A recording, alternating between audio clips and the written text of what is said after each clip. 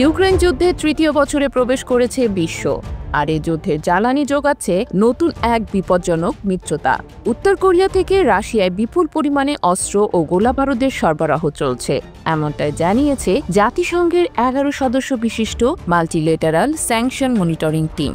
তাদের মতে এরই মধ্যে প্রায় 9 মিলিয়ন রাউন্ড গোলাবারুদ, শতাধিক ব্যালিস্টিক মিসাইল, সচালিত কামান ও মাল্টিপল রকেট লঞ্চার রাশিয়ার হাতে পৌঁছেছে। শুক্রবার যুক্তরাজ্য ভিত্তিক পত্রিকা দ্য গার্ডিয়ান জানায়, এই বিপুল অস্ত্র সরবরাহ আন্তর্জাতিক নিষেধাজ্ঞা লঙ্ঘন করে করা হয়েছে। মনিটরিং টিমের তথ্য অনুযায়ী প্রায় 20,000 কন্টেনারে এসব যুদ্ধ সামগ্রী রাশিয়ার কার্গো জাহাজে বহন করা হয়েছে। বিশ্লেষকদের মতে এই সরবরাহই ইউক্রেনের বেসামরিক লক্ষ্যবস্তুতে রুশ হামলা বাড়িয়ে দিয়েছে। দলটির প্রতিবেদনে দাবি করা হয়েছে, রাশিয়া এই সহযোগিতা বিনিময়ের অংশ হিসেবে উত্তর কোরিয়ায় ক্ষেপণাস্ত্র প্রযুক্তি উন্নয়নে সহায়তা করছে। যুদ্ধক্ষেত্র থেকে সংগৃহীত গাইডেন্স ডেটা পিয়ংইয়ং এর কাছে পাঠিয়ে তাদের মিসাইল ব্যবস্থাকে আরও কার্যকর করে তুলছে মস্কো।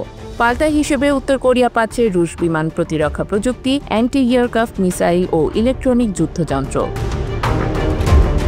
জাতিসংঘের একাধিক প্রস্তাবনাকে লঙ্ঘন করে গড়ে ওঠা এই সামরিক মৈত্রী নিয়ে উদ্বেগ প্রকাশ করেছে যুক্তরাষ্ট্র, জাপান, দক্ষিণ কোরিয়া সহ অন্যান্য সদস্য রাষ্ট্রগুলো।